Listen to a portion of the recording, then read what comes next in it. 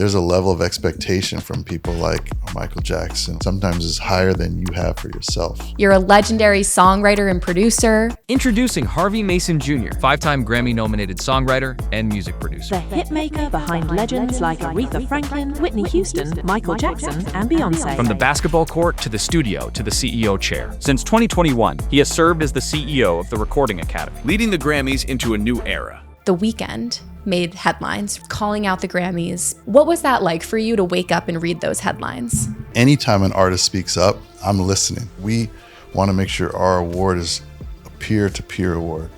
If we were to open up to fans, then it would turn more into For our up-and-coming artists out there, what do they need to be thinking about? authenticity and emotion, and connecting with an audience is going to be what sets you apart. A lot of people are writing songs with AI. At the Academy, we will accept AI submissions. Artists and producers and writers are using it every day. We can't pretend like they're not. But I am going to say that AI is absolutely going to. It's your host, Kate, here. Before we get into today's conversation with Harvey, I just want to thank you guys so much for tuning in. And if you're excited for this episode or have listened to a past conversation that we've had before on our channel, please be sure to hit that subscribe button. Your support helps us continue bringing you inspiring conversations like the one we are about to have today with Harvey Mason Jr. Harvey Mason Jr., welcome to Post Run High. Thank you. I have a post-run high. I feel good. I'm happy. We just ran a mile. Is that all it was? Was a mile? We ran like 1.26. Felt like 2 point something. That was good though. It always feels a little bit longer, I feel like, when you're talking and running. But you're a good runner. I feel like, I guess you do this a lot, but being able to talk and interview and run, and I mean, it's great. Yeah. A lot of fun. It's pre being pregnant, I was great at it. I would say now I definitely am a little bit breathier on the runs. But you know what? Different chapters of life. And it's going to continue to change, I'm sure, as you go through the months. Yeah, but you did such a good job. Guys, Harvey is 6'4". You were a basketball player, D1 at the University of Arizona. So Back in the day, but you still got it. We'll see. Trying to keep it together as long as I can. I get that. How does fitness show up in your life now? It's a major part of my life every day. I'm doing some form of training for sure. Cardio, weight training, a lot of functional strength training, movement training, a little bit of like yoga, breath work, other things like that. And then I go crazy with just the health hacking, biohacking, and also sauna, cold plunge. But I would say it's maybe slightly obsessive, but definitely something that I enjoy and a hobby. Mm-hmm. I feel like when you grow up an athlete, especially somebody that gets to the point that's playing basketball at a D1 level at the University of Arizona, it always stays with you. Yeah, it does. I took a couple years where I was just like, I'm sick of working out. I'm sick of running and training and being yelled at. And I kind of just vegged. Mm-hmm. Post-college. That's definitely a thing. Yeah. I have two brothers that played lacrosse at school. They won a national championship, and they have that same experience as you. Stud family. That's great. Athletic family for sure. I mean, North Jersey is big into lacrosse. Your parents athletes? They were. But my parents didn't play lacrosse. What'd they play? My mom was basketball. Yes. So she's a basketball lover Mom. from New York. Good. And my dad was football, wrestling, kind of did it all. But we definitely prioritized athletics in the household. But then, I mean, what I love hearing about your story too is like, while athletics were a big part of kind of what we did extracurricularly to, be with other kids and be on teams and get those, there's life so much lessons. Life lessons that you learn from that. We were also like, I was super creative. I was in all these different art programs, and I thought I was going to be like a Don Draper, like that's what I loved. My brothers were interested in finance and economics. So it's kind of fun how people have these dual interests. But it's also fun how you can take sports with you your whole life, and the things you learn or the values that people you're around espouse and that you absorb are things that can really influence who you are and how you carry yourself through life. Mm-hmm. How do you feel like the athlete mentality has translated into your work in the music industry? It's interesting because athletics and some of the tenets or focuses around athletics doesn't generally translate to creative endeavors. I'll say that. Mm-hmm. So I think the way I approach things is a bit of an anomaly and maybe different than others, but I really brought a sense of competition. And I know art and making art and being creative is not normally something that's competitive, but I spent a lot of time trying to get good because I said I wanted to be the best. I want to work hard. I want to get better. I want to get better. I want to continue to get more knowledge, get more experience so that I can be the best and make the best music, the best art. So I'm not sure that's how other people approach it. Most people are saying, I have a feeling, I want to share my story, or I just have to get this emotion out. Whereas I was really intent on being great. I looked up to other great writers and producers and artists and studied them and learn. I would go to the studio and work, very similar to sports, where I would practice basketball. I'd watch people's shots. I'd learn plays. I'd study from coaches. So that was one thing I brought over from sports. And then also the ability to work together was something that I think does easily translate. And being on a team and knowing people's strengths and knowing a win comes from everybody's efforts collectively rather than just one person. And making music, you have to have an artist, you have to have a producer, an engineer, a songwriter, maybe musicians. Figuring out how to collaborate there, how to listen, and make sure that you're valuing other people's contributions, much like playing basketball, where you got to have a point guard passing the ball, you got to have a center, you got to have a coach. So that's something that I definitely took from sports and brought into both music, but also my professional life when I was CEO of the Grammy organization. It's incredible. I also feel like one of the big things that sports teaches you, especially when you play at the level that you played at, is you have to be coachable and you have to be able to take constructive criticism, whether it's from your teammates or from your coach itself. And I feel like that translates so well into any industry, you know, whether it be the music industry or whatever your job may be. It's kind of like you have to drop the ego sometimes. Yeah, that's what I was going to say. You have to let go of the ego, and you have to do that for the betterment of the team or the objective. And that is absolutely something that I think we believe in at the Grammy organization. And we have a great team right now. We have amazing people working with us, and we are all of the same mindset. It's not about who, it's about the what. And it's, you know, we talk about, it's not, you're not pointing at other people about what happened. You're accepting responsibility. You're understanding how everyone plays a role together to make things happen. And that's a lot like making music. You know, I'm in the studio still writing and creating, and I know I can't do everything. I know I'm not great at everything, but I know that I can work with other people and I can listen and I can be humble enough to realize there's greatness that I can collaborate with. And all those qualities that you just explained are what makes a great leader, which it makes sense why you were nominated to be the CEO of the Recording Academies in 2021 after your year as interim CEO in 2020, which we'll get to. But that was a very pivotal year in the Grammys, as far as I can remember.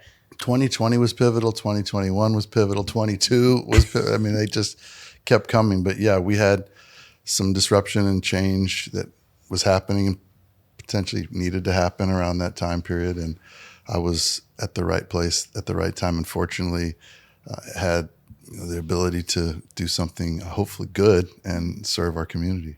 So before we get to the Grammys, which, guys, we're going to get to next, because I know everybody's going to be so excited to learn all about the Grammys and what goes into it 2 weeks leading up to the big event. Let's talk a little bit more about your time at the University of Arizona. So on our run, we both shared a commonality of ACL surgeries and knee tears, and you've torn your ACL 3 times. I've torn my ACL twice. Both knees or same one twice? Same knee twice. Okay, I did this one twice, this one once. Oh, so you've done both. I've done both. Great, double whammy. Get to rebuild that quad on both sides. Yeah, right. My leg looked like a toothpick. I'm sure you know that. It's so skinny, no muscle. It's a crazy thing to come back from. Yeah, but also when I had my first ACL surgery, it was a long time before you, and they had to do a full cast from your ankle up to your hip, and I was in the hospital for, I think, 9 or 10 days, and then this one I had done more recently, and I walked out of the hospital same day. Yeah. Very different. When you say full cast, do you mean like a cast like they put on your arm? Yeah. Full plaster cast from your ankle to your hip. Oh my God, I can't even imagine. It was brutal. Yeah, the way they do ACL surgeries now is so much more progressive, and it's gotten even so much better since I tore it back, we've done it, yeah. Right? But I can't imagine having a full plaster cast. And in the hospital for like, I think maybe 9 or 10 days. Nope. And when you tore it, you were for the first time, you were a senior in college. So how did that also propel your music career? Well, it thrust me into a deep depression, I will say, because I'd been training my whole life since I was a young kid to be a basketball player. I was working out, I was training, I was running, I was shooting, and I had aspirations of playing in the NBA. I was playing at a very high level Division I school. I was starting. All my teammates were getting drafted, and I had hoped to play professional basketball, maybe not in the NBA, but maybe somewhere. So when that happened and I knew it was the end of my career and the end of my dreams of playing, continuing to play, I stewed for a long time, maybe a year, just trying to figure out what I was going to do, what was my life going to be about. And eventually I reverted back to my first love, which was music. I'd been writing songs my whole life since I was a kid. I always had a keyboard in my dorm room. After practice, I would come back and make music. So through that year, I realized that music was almost like a therapy for me, and it was something that really got me through that period. I know that sounds dramatic, but after you've done something your whole life and it's taken away from you, you really are lost. And so music was something that was my respite. It was my medicine. And I used that period of a year to perfect writing songs and creating music. And after about a year's time of really being disappointed, I said, I don't know what I'm looking for. What I love is right here. It's music.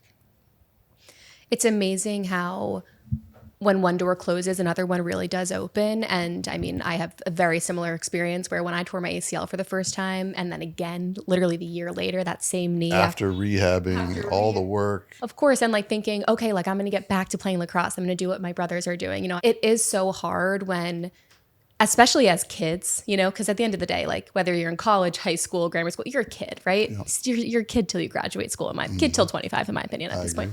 But it really does change your self-identity and who you are, and it propels you in a different direction. And at the time, it can feel so overwhelming, like so many emotions at once, where it does put you into a bit of a state of depression where you're like, well, what do I do now? I've trained my whole life for this one thing, and now you're telling me that's not going to happen. Yeah. It is a really challenging thing to get through such a crazy injury like that, but you got through. And here you are. What was the first pivotal job for you post-college that really made you feel like, okay, I can do this thing within the music industry? Well, since I grew up in a music household, I saw my parents in the music industry. My dad is still in the industry. So I knew I could do it, but I just didn't know that was my thing. I didn't know that was my passion. Mm-hmm. And so after college and after the injury and through the depression period, the first breakout moment was a time when somebody asked me to produce some music for a gym. It was it was a jingle, and they knew I made music, and they said, well, can you just make a jingle for this fitness center? And I was like, yeah, okay, fine. And I was like in my room making music, and I created a jingle, and it started playing on the radio, and they paid me like $800 or something. And at that time I was like, wow, this is amazing. I made music and you paid me $800. And I knew that was a concept because my parents, but it hadn't really manifested for me directly until somebody paid me to do that. And then I said, okay, this is kind of cool. I can do my passion of now making music and also earn a living. And so I started doing a lot of jingles. And while I was doing jingles, I was always thinking, this is not my long-term ultimate goal. My goal is to make records. And so I used the money that I would make from jingles. I would use the experience I would get from making a country western song or a rock song or a rap song for a burger stand or a break store.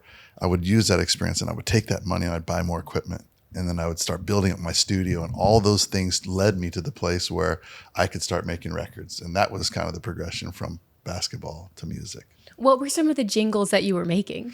Oh gosh, I made jingles for everything. For miniature golf stores, I did Barbie Mattel toys, I did Coca-Cola, I did a lot of different jingles, and started with the local mom and pop shops, and then worked my way up to some national commercials. Would we know any of them? Would we recognize one? No, they're probably too old, but the companies you would recognize and the people that I had done work for sure, but they're not going to win any awards, I can tell you.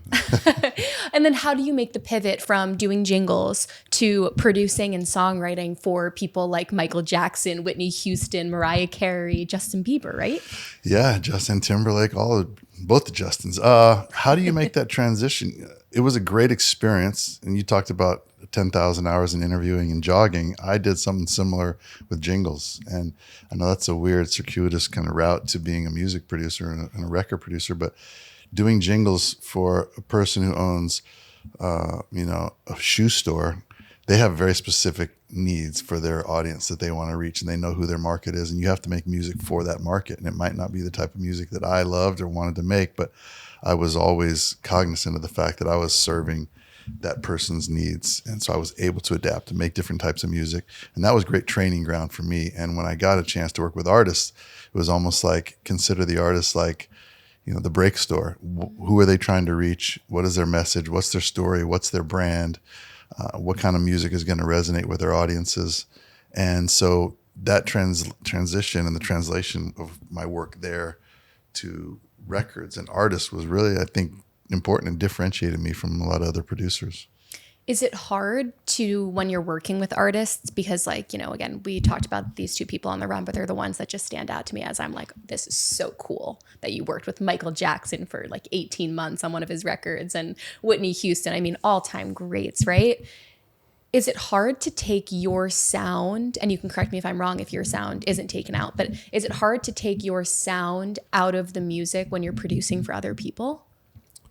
I try not to take my sound out. I try and leave my sound in, because one of the reasons they wanted to work with me is because my sound and what I do and what I bring to the table. What I try not to do, having said that, is over dominate or bulldoze somebody else's creativity or their sound to benefit mine. I always feel like I am in service to somebody else's vision, sound, voice, artistry, because I work with artists, and I worked with a lot of what you would maybe some call divas. And the divas are obviously incredibly talented, but they also have very specific understanding of who their audiences are and the stories they want to tell and how they want their voice to be used. So having my sound support and complement them was always my vision, was my goal. And that was why I like to think was why maybe I continue to work and have a good career, is because I was always in service to artists. And talk about a segue, that is the role I'm in now as CEO. Whatever my ideas or thoughts or talents are is really secondary to serving the music community, serving artists and producers and writers and the entire ecosystem of music creators in the role that I play at the Grammy organization. In 2020, you were elected as the interim CEO as they were doing a global search for. Well, I was the board chair. And then when we did a transition, I took over as an interim CEO, and I was going to do it for, 6 months, maybe a year, just so we could figure out how we were going to find our next CEO. And that's when we started the global search. Wow. And then it was just kind of like, the best CEO is right before our eyes. I didn't say that, but some people did say that. And they said, well, Harvey, you've done a good job over the last 12 months. We've made such great progress, so many changes. And my thought during this time period was, we're going to hand off to somebody who's going to be an incredible transformational leader. I don't want them to come in to a shop that has maybe some deficiencies or issues that haven't been addressed structurally. And so I went through and I tried to change and improve and evolve, I'll say, as much of the processes and membership and personnel as I could in preparation to hand it off to somebody else in good condition. And so by the time I'd done that work for the 12 months, the search committee and the executive committee and the current board chair asked me if I would be consider taking the role. And at first I said no. That wasn't my vision. That wasn't what I thought my journey was, because I was still making music. I was in the studio. I was producing films. But at the end of the day, I had been so fulfilled and so pleased with the work we had done at the Academy and how we had really gotten to the place of, again, back to service. And that was really fulfilling, and I enjoyed it. And it also, again, paralleled my work as a songwriter and a producer. So after talking to my wife and my family, who I absolutely needed their support because it was a lifestyle change, I accepted the job. And now we're 5 years later. I can't believe it. And you've been able to manage both your life as a creative and a creator and a producer and a songwriter and, just all of the things in the industry with doing this role as CEO of the Recording Academy. I'm so thankful because the chair and the trustees of the Academy allowed me to do that. And I think it's a great decision. I think they were incredibly smart to allow it, because he's got that dog in him, guys. It's the athlete mentality.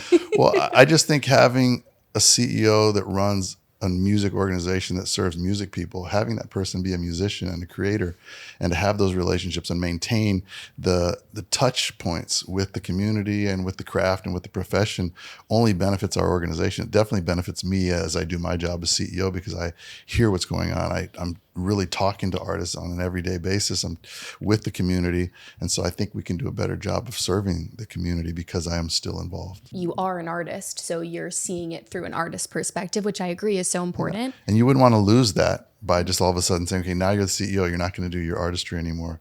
Because having that, I think, is really, it makes a big difference for us. You know, I know you came in during a hot time and in the past several years. A hot time, guys. There's a lot going on. There's a lot of change happening in the industry, whether it be with the actual Recording Academy itself to then, you know, I know you guys in 2027 are switching to Disney to be, you know, now the show is going to be streamed. More hot times. More hot times. Like it's just, it's this really fun period, I think, to be the CEO, to, you know, be at the forefront of all these changes happening.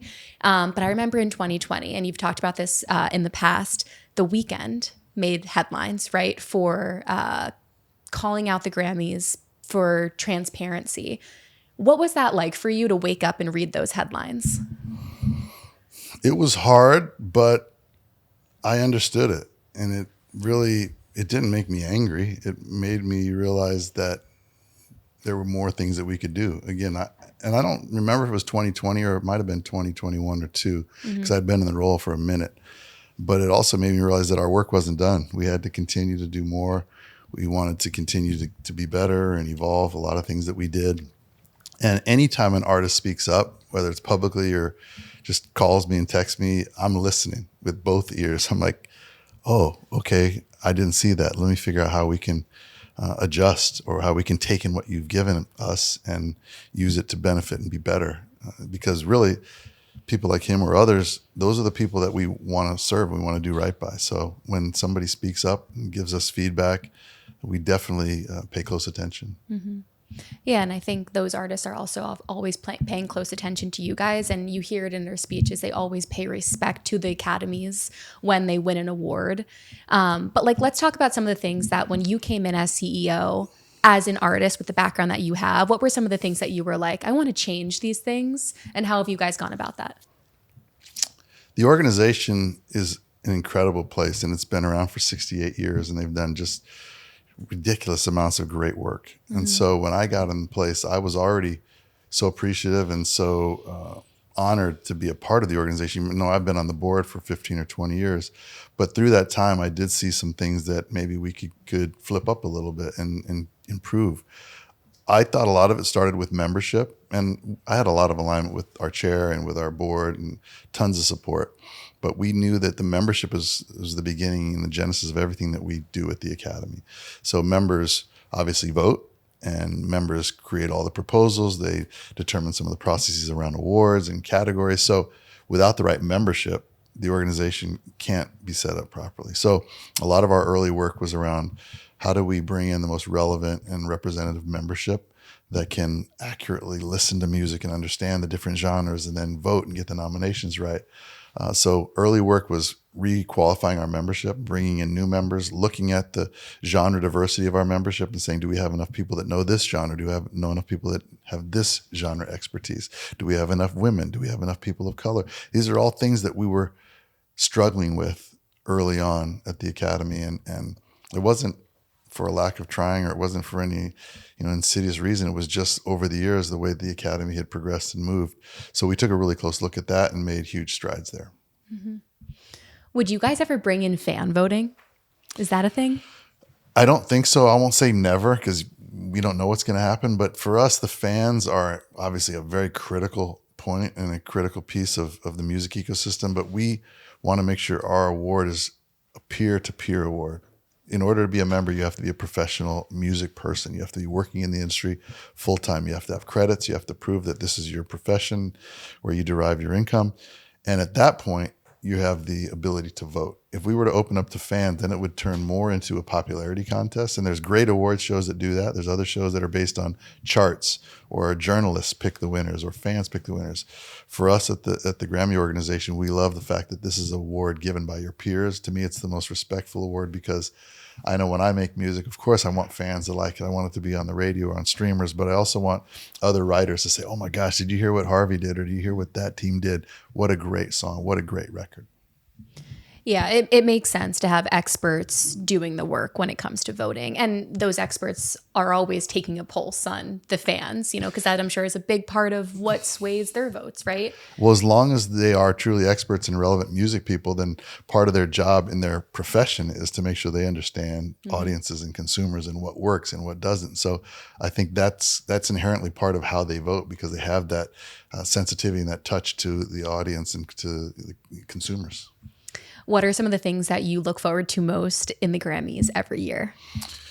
I look forward to being in the room, to be honest, because there's just such an energy and there's so many people that come together, 15 or 13,000, whatever the number is, people in that room that are all music lovers and they're all music people. And so looking to my left and seeing somebody, oh my gosh, I haven't seen you in years, or I love your music, or I've never met you before, and what you do inspires me, and being able to have that interaction is something I really love. I also love the fact that there's a community of people all celebrating music for a 3-hour period of time. We all have so many things in our lives, different distractions or different interests, maybe not distractions.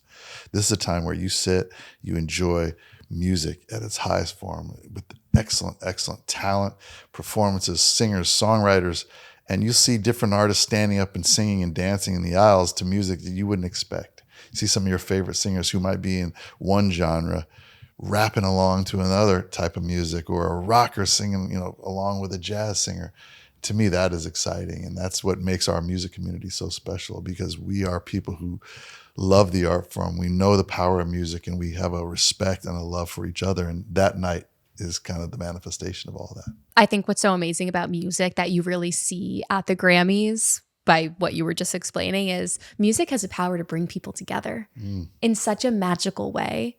And was it last year at the 2025 Grammys that Chappell Roan performed? Yeah. And she performed Pink Pony Club? Pony Club. I mean, to see everybody stand up. Everybody was like, yeah. Oh my gosh. And that's just such a perfect example of what you were just explaining, where everybody stood up and, was singing along to that song. And it was such a beautiful thing to see. And not only to see that, but also to see them supporting a new artist. And I think that's the coolest thing about the Grammys, is you guys bring in, the people that have been in the industry for a while, but then you bring in those newcomers. Yeah, it's a good mix of legends and icons and superstars of today, and then the next generation that's coming up. And yeah, I loved that moment. And there's been a lot of moments like that where you're surprised when you see somebody that you would never expect singing along to one of the songs, just standing up and shouting at the top of their lungs. It's a big moment. There's a lot of great things that happen at the Grammys, but that's one of my favorites.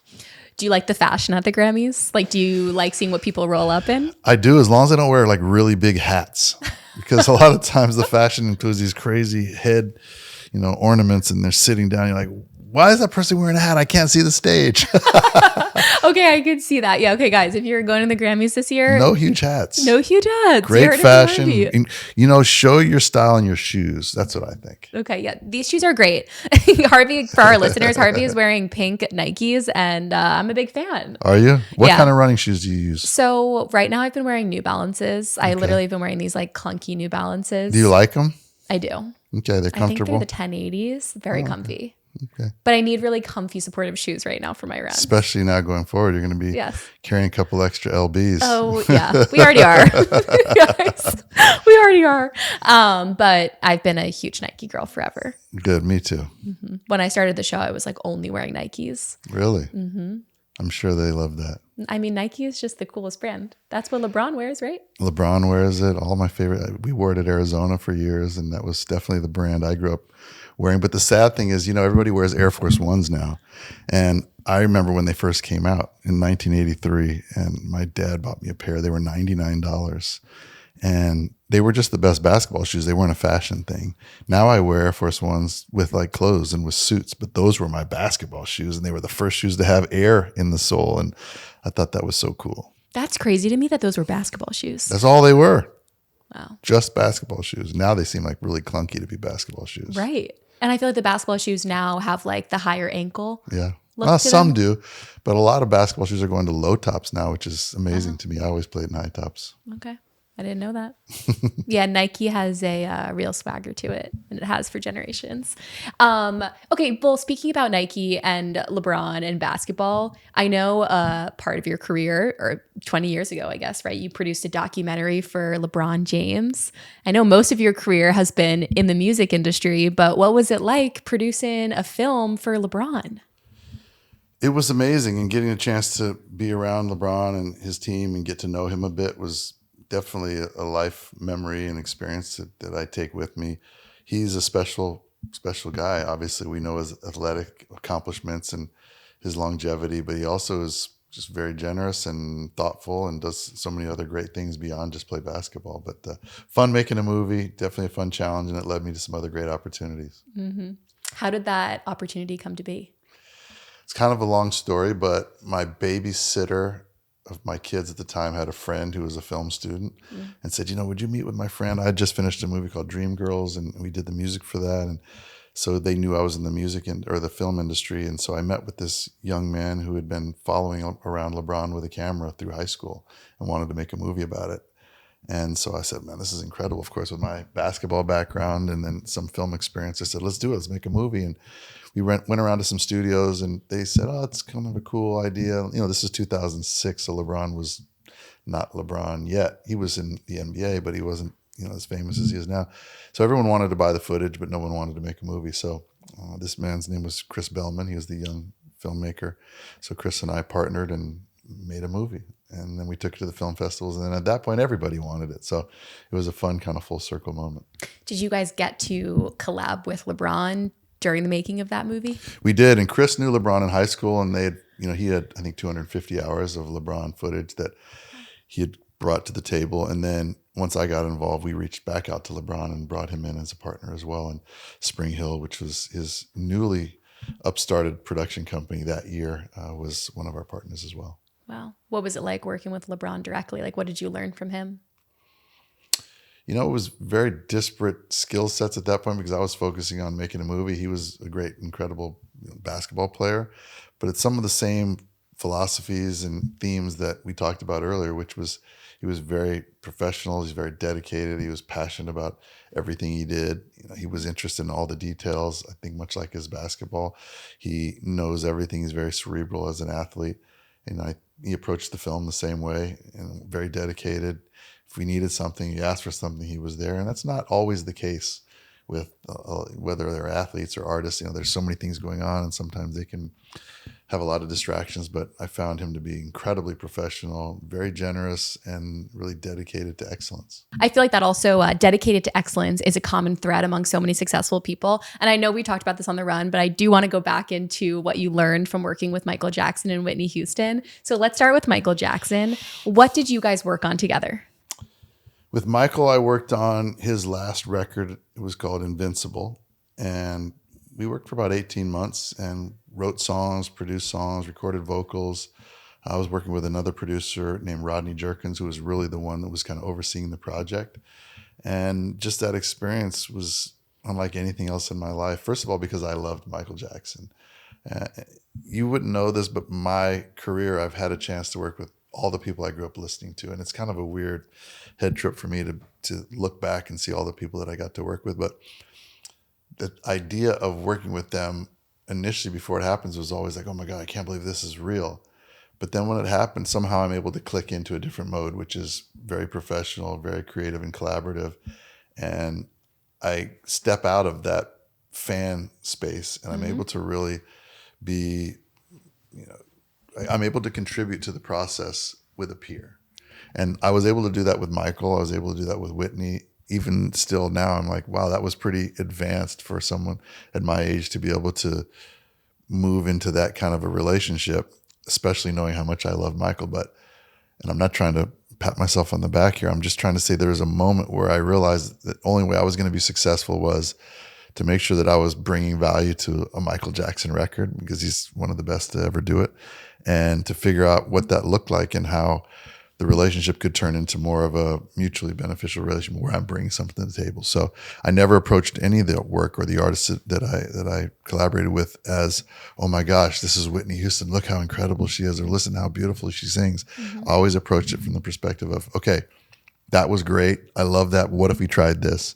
Michael, can we try it this way? Or what about this type of a song? Or Whitney, what if we did this in the bridge? And so there was a real effort on my part, and it kind of came a little bit naturally to make sure that we were just collaborators and there wasn't this hierarchy of super famous, incredible artists that I looked up to and grew up listening to, and young guy producing music for them. Well, of course, and you are their peer. When they call you in to help them produce music, it's like they want you for your expertise, but there still always is that twinge of like, oh my God, did Michael Jackson's team really just contact me to do this for them? You know, and it's like, even for me, when I get the opportunity to go for a run with somebody like you, I'm like, damn, like Harvey Mason Jr. is down to go for a run with me. Like, that is so cool. You know what I mean? Yeah. But then of course it's like you approach it as a peer and you're there to do your job, but there still is that kind of wow factor.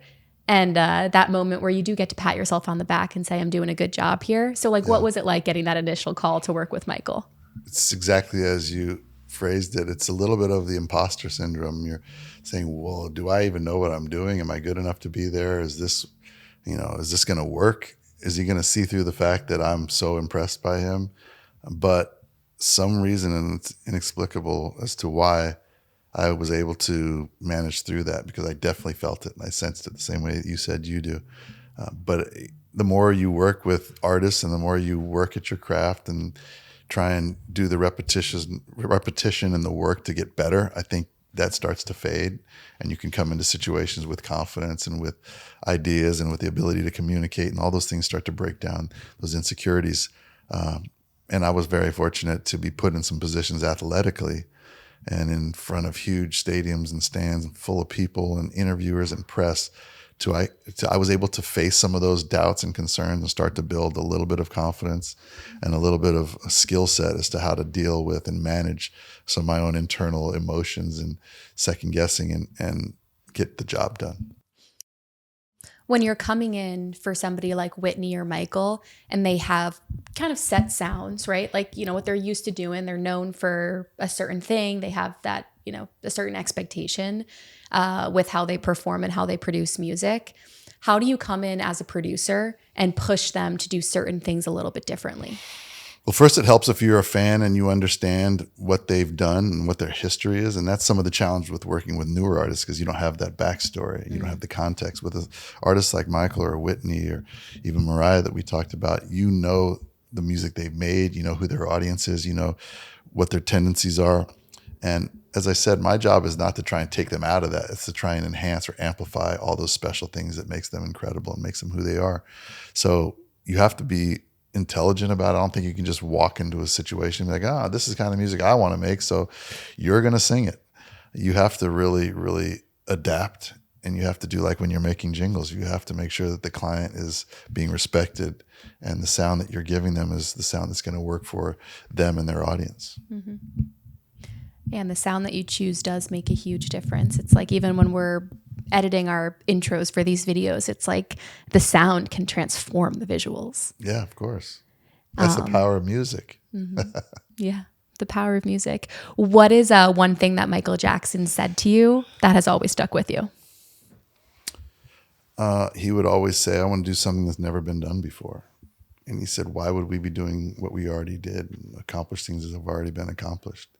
That maybe not the most eloquent quote, but that sentiment is something that's always stuck with me, is if everyone else is doing it, then let's think of something better to do or something new to do. So that was definitely something that rubbed off on me. And in the moment, it was frustrating. And it was the same with my basketball coach, to be honest, because there's a level of expectation from people like a Lute Olson or a Michael Jackson or a Clive Davis or a Jimmy Iovine, some of the people that have been my mentors. The level of expectation sometimes is higher than you have for yourself. Mm-hmm. And in the moment, you're like, we're doing such great work. We're making such amazing music. These are hit records, or I just shot 500 jump shots. I mean, there can't be more. And then when somebody that is inspirational, like any of those leaders, challenges you and raises that bar, and you realize, there is more, and you can get out of the frustration. You get out of the loop of thinking you've accomplished everything and you've done it the right way, and you see how much improvement there is yet to be had and how much more you can do. That's exciting, and that's something that he definitely brought to me as a person, as a human, as a father, as someone who runs a company or who makes music. It's amazing too, because you think about some of these people like a Michael Jackson, or even, a more recent example would be like Taylor Swift. And you think that they got to the top of what they're doing, right? But those people probably still see it as there's more to be done. Absolutely. I can promise you, I've not worked with Taylor on music, but I've worked with her on our Grammy shows and other events. She is obviously who she is and where she is, but she's always continually trying to do more, trying to do better, trying to reach for the next level. And I don't profess to know or can't predict to know what's in her mind and what her process is. But from my perspective, I can tell you that she's extremely hardworking, and it's a common theme between her and some of the other artists that I have made music with. It doesn't matter what they've accomplished. They're not looking back at all their accomplishments. They're not looking at how much money they've made or how many chart number ones they have or even how many Grammys they have. They're looking at what is next. What am I going to do next? How am I going to change the game or do something that's fresh and new and challenging for me as an artist and for my audience? I feel like that's the hardest thing about being a tenured artist. Guys, I don't know if I'm saying it right, but somebody that's been in the industry for so long is that constant feeling of having to push yourself to go harder and do more and, make the next thing bigger than the last. Like, I can't even imagine the pressure that Taylor Swift probably experiences and Michael Jackson and these people experienced on a day-to-day basis with like wanting to push themselves. It's almost easier to be a new artist.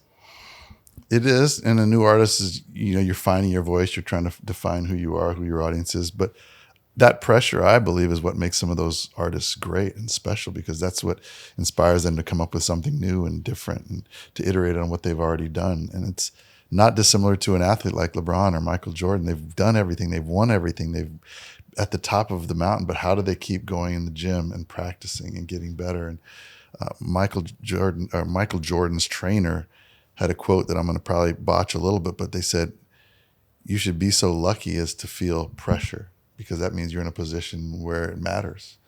And I feel the same way about creators and artists and musicians. That is also, by the way, we haven't touched on it, that's going to be how we address or compete with AI, is because we're going to always be able to push ourselves. We're always going to be challenging ourselves. We're always going to try and find what's next. And I believe in human creativity in that sense. We're always going to be able to compete because we'll always reach for that next level, that next bar. For our up and coming artists out there, what do they need to be thinking about? You got to think about who you are. You got to think about who your audience is. What is your story? What are you trying to tell? Because it has to be authentic. There's so many artists, so many people making music. There's so many people creating, even now with AI creating. You're going to have to set yourself apart. So what makes you special? What do you stand for? What do you mean when you sing? And is it real? Authenticity and emotion and connecting with an audience is going to be what sets you apart. So make sure you know who you are. Make sure you have a true story to tell. I meet with a lot of people like, well, I don't know what kind of music I want to make. Okay, well, then you're not ready. Or I don't know who I am as an artist. You're not ready. You have to have a perspective, and you have to know your sound and know the audience you're trying to reach. Mm-hmm. So I have a specific artist on my mind that was one of my favorite artists growing up. I love her, and her music was just iconic. And she's performed at the Super Bowl before. She did it while pregnant. So is there a certain artist you would love to see start creating music again that's maybe taken like a little pause? Well, I know the artist you're thinking of. She's definitely one of my favorites as well. And I would love to hear new music from her, but I don't know. There's so many incredible artists. And what's interesting about the industry right now is there's even more artists than there's ever been. There's more people making music. Mm-hmm. There's more people using the technology that's available to them to create cool things. So to me, it's a really prolific time in music. Some people say, oh, is the industry up? Is it down? Do we like where we're headed? There's so much opportunity, and there's so much accessibility for people who have creativity or an idea or who want to make things. There's more opportunity for them to do that now than there's ever been. Mm. And for me as a listener, as a consumer or fan of music, I think that's kind of cool. Yeah, and what you're referring to is using AI to our advantage when it comes to maybe making music and being within the music industry, right? Well, I'm referring to all the technological advancements, being able to use a laptop instead of have to go to a multi-million-dollar studio, to be able to use a drum machine instead of having to hire a drummer. There's all these different things that you can do that now enable more people to make music. Yes, AI is one of the newest tools, and I think potentially one of the most powerful tools that have ever been created around generating art. But it's not dissimilar to other advancements or disruptions we've had in our industry. It is going to give more people a chance to make music. It's going to give more people a chance to listen to music. There'll be some challenges. There'll be some issues with it. And I don't think we are at a place where we're all comfortable with it. I know I'm certainly not. But at the end of the day, my hope is that the really talented, amazing, prolific creators that we have in our business or coming into our business are going to figure out how to use it in a way that's new and unique and create amazing, wonderful, powerful art that can affect people and resonate. Yeah, I think whatever the industry may be, and specifically with music, like we have to be able to adapt to the technologies that are at our fingertips because they're not going anywhere. So it's either you adapt or you get left behind. And I liked the example I liked something that you just said. And, I kind of want to bring it back to your dad because your dad was a drummer, right? Mm-hmm. And there was something within his career that was pivotal when the drumming machine came out, right? So Can you tell us that story? Yeah, he was a drummer. And I remember very specifically him bringing a drum machine home and telling me and my sister Heather that he was going to learn how to program this drum machine because he saw it as the future and he didn't want to be obsolete. And so he became a great drum programmer and ended up using a drum machine as one of the first recorded performances of a drum machine, which was weird. People were like, well, you're a drummer. Why would you put yourself out of work by programming a drum machine? But my dad had the foresight and the thought of like making sure he protected his future to invest in the technology and learn in technology and compete.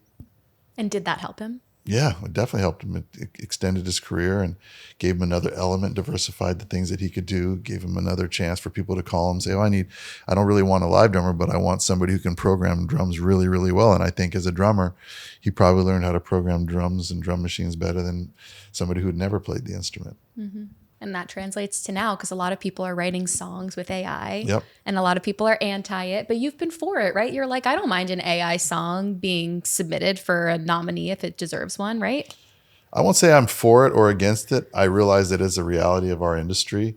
At the Academy, we will accept AI submissions. It won't disqualify you, but we're not going to award an AI singer for a performance category. We're not going to award an AI written song for a songwriting category. But I acknowledge that it's a very powerful tool. But I also in the same breath have to say there are so many rules and guide rails that need to be established to protect human creators, from a credit standpoint, from a remuneration standpoint, from the approvals, all the different things that need to go into place. Some of that stuff is happening now, which I'm pleased about. But I am going to say that AI is absolutely going to be a part of our industry. We have to figure it out. Mm-hmm. Artists and producers and writers are using it every day. We can't pretend like they're not. And how that's going to end up and where that's going to lead us, I wish I had the answer to that. But I will tell you that creators are resilient. Human creators are supremely talented and resilient and are going to find ways to make music. Mm-hmm. Doesn't matter how many AI songs are made or how many AI artists are created. We as humans and as humanity, we will express ourselves through art and through music like no one else can. We'll use the tools. We'll probably figure out how to deploy AI in a way that helps us tell our stories. But I have no fear that human creativity is not going to continue to be the ultimate form of art. I actually just interviewed Jamie Siminoff, who's the founder of Ring Doorbell. Mm-hmm. And he was sitting right where you were last week. Saw him on Shark Tank. Oh, yeah. Which time? When he was a judge or when he lost? No, the first time when he didn't get a deal. When he got kicked off. Yeah, come on, give this guy a deal. It turned into a big company. Their loss. Well, Jamie Siminoff, his perspective on AI, and I'm going to butcher it. I'm just going to kind of paraphrase along the lines of what he said, the episode comes out on Monday. So when you guys are listening to this, you can always go listen to the Jamie Siminoff podcast and hear exactly what he said. But he said, I think the era of AI is actually going to reward the gritty. So the people that are able to work harder mm-hmm. and work smarter mm-hmm. and just get grittier with their work and what they do and figure out ways to obviously incorporate AI into, helping them with work. But basically he said it's gonna make people have to be grittier. It is, and it's gonna have to make people be better. And he said that way better than I just did, guys. Sorry. No, I love it. And it really makes sense. grittier, yes, for sure. Work harder, absolutely. But it's going to level the playing field for a lot of people, and it's going to bring people up to a certain threshold of output or creativity or ability to make things. So not only grit, but also talent and creativity, and continuing, again, another common theme here, to raise the bar beyond where you can get with just using technology at its simplest form. So those that can utilize their creativity, utilize, some deeper passion or human experience, and inject that into the music, that will be the difference maker. So your dad, Harvey Sr., he was a drummer and a musician. Still is. Still going. He's just played a concert tonight in Tokyo. Oh, in Tokyo? Yep. That's so cool. Have you and your dad ever collaborated on work Yeah, together? we have. We produced a record together. I don't remember the year, maybe 96, 97, that was nominated for a Grammy, actually. And then we just recently did another new record that we produced with some of his incredible friends, all the legend, jazz musicians, and a few of my friends. So, yeah, that'll come out hopefully next year. That's really cool. What's it like working with your dad? It's great. And he's somebody that I've always looked up to. I've learned so much from. He is definitely someone who represented hard work, sacrifice, and striving for excellence early in my life. And he did it in anything I did. He always taught me, he said, I don't care what you do. You can do any job you want. You can be a dentist. You can be a journalist. You can be a basketball player. You can be a musician. But whatever you choose, let's make sure you're doing it to the very best of your ability, that you're utilizing your talent, that you're perfecting what you want to do. And so I learned that from him. And I'm so appreciative that I grew up in that kind of an environment. And to be able to have somebody like that kind of serves as your North Star is pretty helpful when you're in this industry. Great North Star. What's the best piece of advice your dad gave you when you were entering the industry at a young age that you think is important for all young creators within the music industry to hear? We talked a lot about, creativity and how to be a songwriter and how to tell your stories, and obviously the hard work and sacrifice that it would take, and making sure you were working at your craft. I'd see my dad practice drums all the time. He had rubber pads he'd play on. He had a drum set he would play on all the time. And he was one of the best in the world at that time, and still practicing. He was LeBron in the gym, late nights shooting jump shots after he's already broken the scoring record. So I learned that from my dad. But the one thing he told me is make sure you're prepared. Make sure that he always had confidence that I'd be successful, probably more confidence than I had. He said, you're going to break in. People are going to start loving your songs, but make sure you're prepared professionally. Make sure your catalog is prepared. Make sure you have enough songs. Make sure you have enough hard work and hours put in so that when you have your moment, that you can take advantage of it and make the most of it. Well, Harvey Mason Jr., you are the CEO of the Recording Academy. You were a D1 baller at the University of Arizona. You're a legendary songwriter and producer. You've seemingly done it all. What's next? Next is more service, more giving back to the music community, more hopeful, positivity in the world. I want to try and make sure that I'm spending my time on the planet making a difference. And that sounds probably a little bit corny or altruistic, but I've done a lot of cool things. I'm very thankful. I'm honored to have met with people that I've met and worked with the people that I've worked with. And I take a lot of pride now in making sure that I'm trying to make a difference and bring a lot of love and positivity and energy into the world with what I do. And I find that serving music people in the music community amplifies that, because I can write a few songs, I can help a few people, but when you extend the reach of the Grammy organization and all the work we do through Music Cares and through our advocacy and our education and the museum, all the different things that we do, that idea or that appetite to serve and do good gets multiplied by all the different musicians and creators and people that we reach. And that gets multiplied by all the people that consume and listen to that music. And that gets multiplied by all the people that see that music on the TV show. So for me, I see next being a time of uplifting, bringing people together, bringing positivity through music and through art, and serving however I can. And really quickly on the topic of Music Cares, because I don't know if it's going to make it into our run, and I do want to touch on it because it's a big part of Grammys week, right?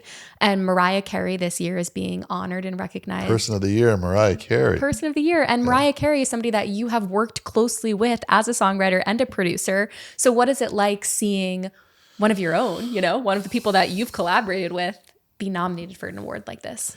It's really cool, but it's also hard because I want all the people that I collaborate with to be honored. I want them all to win Grammys. I have friends that I've worked with and that I continue to work with that win, and that's exciting. We get to celebrate together, and they always call me like, "Oh, this is so cool," and "Thank you, Harvey." I say, "It wasn't me, it was the voters." But there's also people that call me that I'm friends with, like, "I didn't get nominated this year," and that's so heartbreaking because I know the time and the pain and the effort that goes into making music and making art.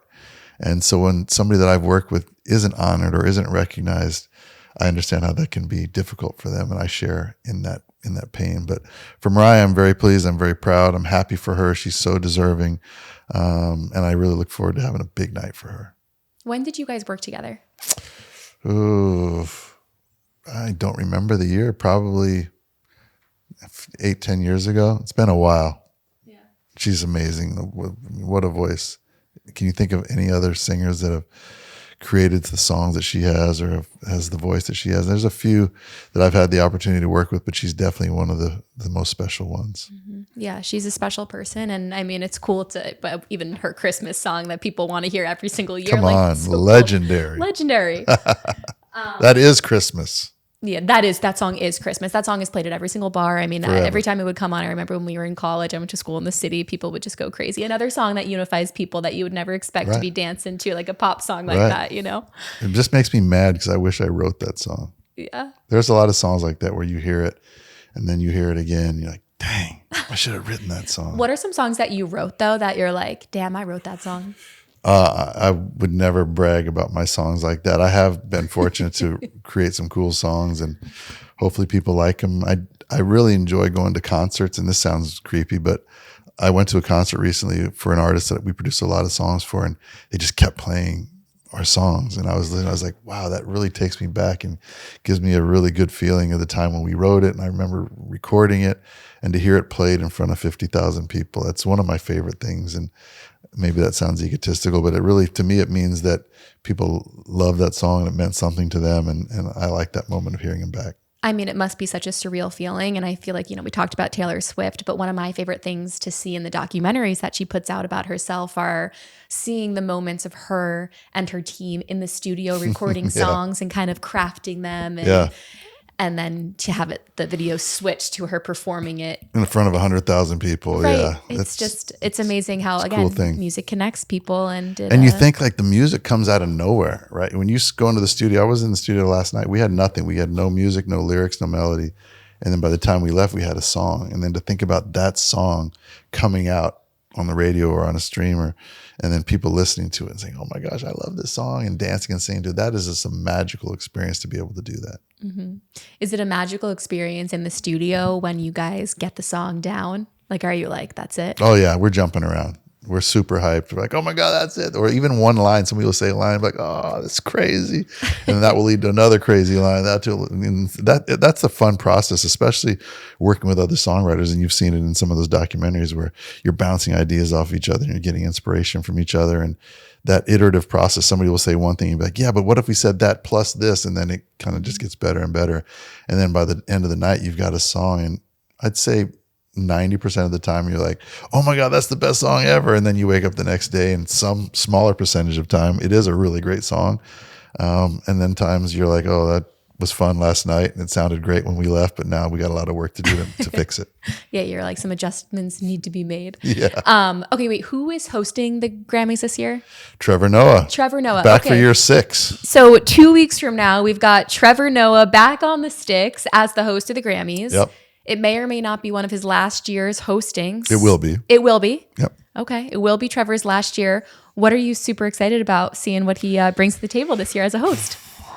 Well, Trevor's so special. He's really unique. And I'll tell you, at least from my perspective, why. He's, first of all, so funny. I mean, the guy cracks me up. But he does it in a loving way. He's never making fun, or his humor's not at the expense of anyone in the audience, which I like and appreciate. But he's also extremely smart. He's so well-spoken. He reads the heck out of these I don't know how he reads and delivers all these lines flawlessly. But what I love most about him is he's a fan of music. And you can feel that. When he's hosting the show, he delivers a line, you can feel like, oh man, he's really looking forward to this next performance. He's not just reading. And you watch him off camera and he's one of the people dancing and singing to the performances. And he brings that combination of professionalism and excellence and humor and wit to the stage, but also that feeling of this is a guy who's really happy to be there just like the rest of us. It's nice when, I feel like it makes a great host, somebody like Trevor, when you're able to have fun at the event you're hosting at and not take, it's a super serious thing to be nominated but it doesn't come off like that. But yeah, he does it. And that's like, even when you go into an interview, right, for our people listening that are job hunting, it's like, I feel like the people that are the best for the jobs are the ones that are able to have their expertise down, nail that interview, and then be able to have a good time while doing it. And Trevor Noah definitely does that. He's so incredible. He's a unicorn. Well, I am so excited to see you 2 weeks from now. I can't wait to see what you show up in. Do you have your outfit?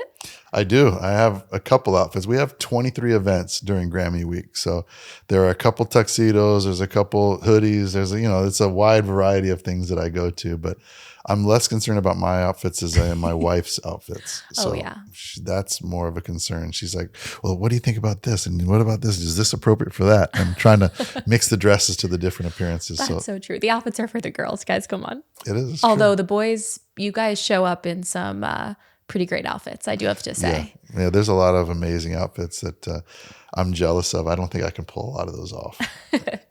I get that. Well, I'm excited to see what you and your wife show up in. And I know we didn't touch on your wife enough in this interview, but she's also in the music industry. So that is a whole conversation for another day. Next time.